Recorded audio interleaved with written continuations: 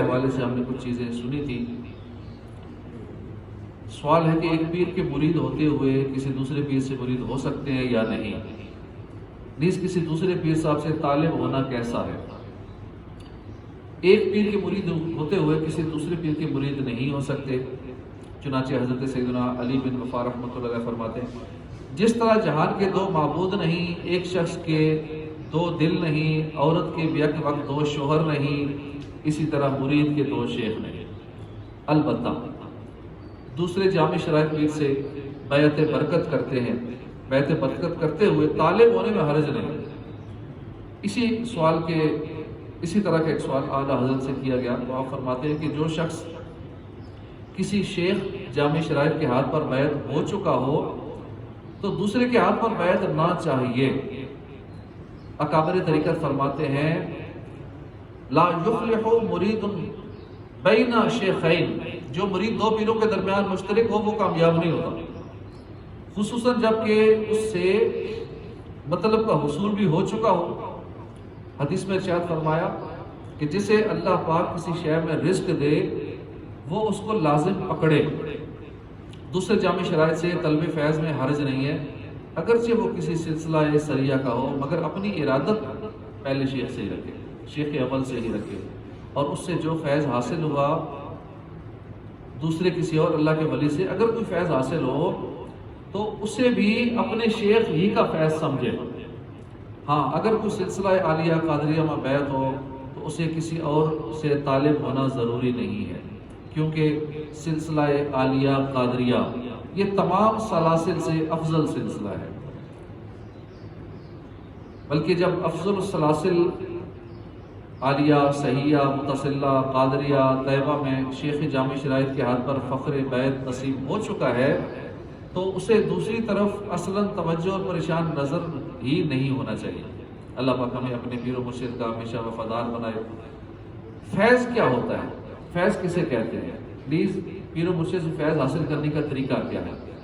فیض کی تعریف کرتے ہوئے میرے آقا اعلیٰ حضرت فرماتے ہیں، فیض برکات اور نورانیت کا دوسرے پر القاء فرمانا ہے۔ فیض حاصل کرنے کا طریقہ یہ ہے کہ مرید اپنے پیر و مرشد سے کامل محبت کرے، اس کے احکام بجا لائے، ہر وہ جائز کام کرے جس سے وہ خوش اور راضی ہو، اس کی کامل تعظیم اور توقیر کرے، اپنے اقوال و افعال، حرکات و سکنات میں اس کی ہدایت کے مطابق پابند رہے تاکہ اس سے فیوز و برکات حاصل کرنے میں کامیاب ہو سکے۔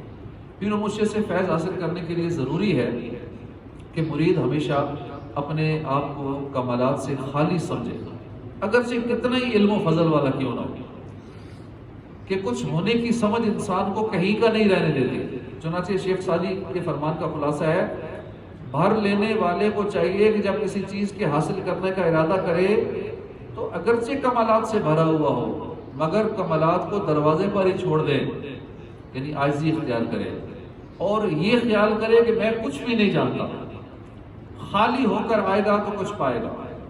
جو اپنے آپ کو بھرا ہوا سمجھے گا، یاد رہے کہ بھرے برتن میں اور کوئی چیز نہیں ڈالی جا سکتی۔ اللہ کریم ہمیں اولیاء کی سچی محبت نصیب فرمائے اور ان کے فیوز و برکات سے مالا مال فرمائے۔ مرید اور طالب میں فرق کیا ہے؟ مرید اور طالب کیا ہوتا ہے؟ اعلیٰ حضرت فتاوی رضویہ میں فرماتے ہیں کہ مرید غلام ہے اور طالب وہ کہ غیبت شیخ میں، یعنی شیخ کی غیر موجودگی میں بس ضرورت یا باوجود شیخ کسی مصلحت سے جسے شیخ جانتا ہے یا مرید شیخ غیر شیخ سے استفادہ کرے، اسے جو کچھ اس سے حاصل ہو وہ بھی فیض شیخ ہی سمجھے۔ کیا ہاتھ پر ہاتھ دے کر ہی بیعت ہوتی ہے یا اسپیکر پر بھی ہو سکتی ہے، لائیو بھی ہو سکتی ہے؟ ہاتھوں میں ہاتھ دیے بغیر اسپیکر کے ذریعے، خط کے ذریعے، ٹیلی فون کے ذریعے، انٹرنیٹ کے ذریعے، کاسٹ کے ذریعے بیعت کرنا درست ہے۔ اسی طرح کہ ایک سوال کے جواب میں اعلیٰ حضرت امام احمد رضا خان رحمۃ اللہ علیہ فرماتے ہیں کہ بیعت بذریعہ خط و کتابت بھی ممکن ہے۔ یہ بیعت ہونے والا اسے پیر صاحب کو درخواست لکھے، وہ قبول کرے اور اپنے قبول کی اس درخواست دہندہ کو یعنی بیعت ہونے والے کو اطلاع دے اور اس کے نام کا شجرہ بھی بھیج دے تو یہ مرید ہو گیا۔ کہ اصل ارادت فعل قلب ہے، یعنی اصل بیعت ہونا یہ دلی ارادے کا نام ہے۔ مزید ایک جگہ ارشاد فرماتے ہیں کہ بذریعہ قاصد یہ خط مرید ہو سکتا ہے، تو معلوم ہوا کہ اصل بیعت جو ہے یہ دلی ارادے کا نام ہے۔ جب یہ خط و کتابت اور قاصد کے ذریعے ہو سکتی ہے تو پھر اسپیکر کے ذریعے بھی ہو سکتی ہے، لائیو بھی ہو سکتی ہے۔ اسپیکر پر بیعت کرنے والا دلی ارادے کے ساتھ زبان سے بھی اقرار کرتا ہے، اسی طرح لائیو جیسے امیر علیہ سنت بیعت کراتے ہیں روزانہ، تو جیسے جیسے وہ الفاظ ادا کرتے ہیں پیچھے پیچھے دہرانے والے دہراتے ہیں، مرید ہو جاتے ہیں۔ یاد رکھیے کہ مرید ہونے کے لیے ہاتھوں میں ہاتھ دینا شرط نہیں ہے، اس کے بغیر بھی مرید ہو سکتے ہیں۔ ہاتھوں میں ہاتھ دینا یہ محاورے کے طور پر بھی استعمال ہوتا ہے، جیسا کہ کہتے ہیں نا ہاتھوں ہاتھ مدنی قافلے میں سفر کریں، تو اس سے مراد یہ نہیں تھے کہ دوسرے کا ہاتھ پکڑ کے اگلے کو قافلے میں لے جائیں، یہ ایک جملہ ہے محاورتاً کہ ہاتھوں ہاتھ یہ کام کر لیں، بھائی وہ ابھی بھی یہ کام کرتے ہیں، ہاتھوں ہاتھ یہ ابھی ہاتھوں ہاتھ ابھی چلتے ہیں، تو ہاتھوں ہاتھ سے مراد ہے کہ ابھی فوراً چلتے ہیں، اس کا یہ مطلب نہیں کہ ہاتھوں میں ہاتھ پکڑ کے سارے ایک دوسرے کا ہاتھ تھام کے کہیں چلتے ہیں، یہ محاورتاً استعمال ہوتا ہے۔ جیسے مولانا حسن رضا خان بارگاہ غوثیت میں عرض کرتے ہیں، تیرے ہاتھ میں نے دیا ہے، تیرے ہاتھ ہے لاج یا غوث اعظم۔ اس شعر کے پہلے مصرے میں تیرے ہاتھ میں ہاتھ، اس سے ظاہری طور پر ہاتھ میں ہاتھ دینا مراد نہیں ہے، کیونکہ غوث پاک تو پہلے دور میں کتنے سال پہلے دنیا سے پردہ فرما چکے ہیں۔ اس سے ظاہری ہاتھ مراد نہیں ہے کہ تیرے ہاتھ میں نے دیا ہے، بلکہ مرید ہونا مراد ہے۔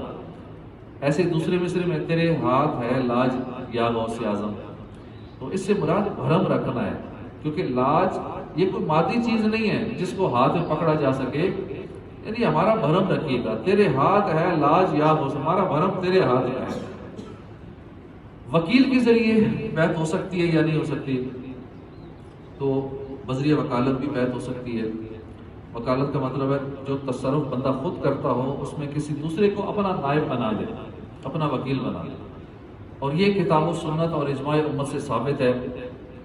صدر شریعہ مفتی امجد علی اعظمی فرماتے ہیں وکالت کے جواز پر اجماع امت بھی منعقد ہے، لہذا کتاب و سنت اور اجماع سے اس کا جواز ثابت ہے۔ وکالت کی یہ معنی ہے کہ جو تصرف خود کرتا ہے اس میں دوسرے کو اپنے قائم مقام کر دینا۔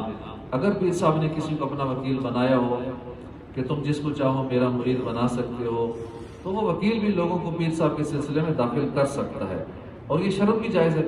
وکیل کے ذریعے بیعت کر کے کسی پیر صاحب کا مرید ہونے والا ایسا ہی ہے جیسا وہ براہ راست پیر صاحب ہی کا مرید ہو۔ تو اللہ پاک ہمیں اولیاء کی سچی محبت نصیب فرمائے اور بد عقیدوں سے بد مذہبوں سے بچنے کی توفیق عطا فرمائے، آمین بجاہ النبی الامین صلی اللہ علیہ وآلہ وسلم۔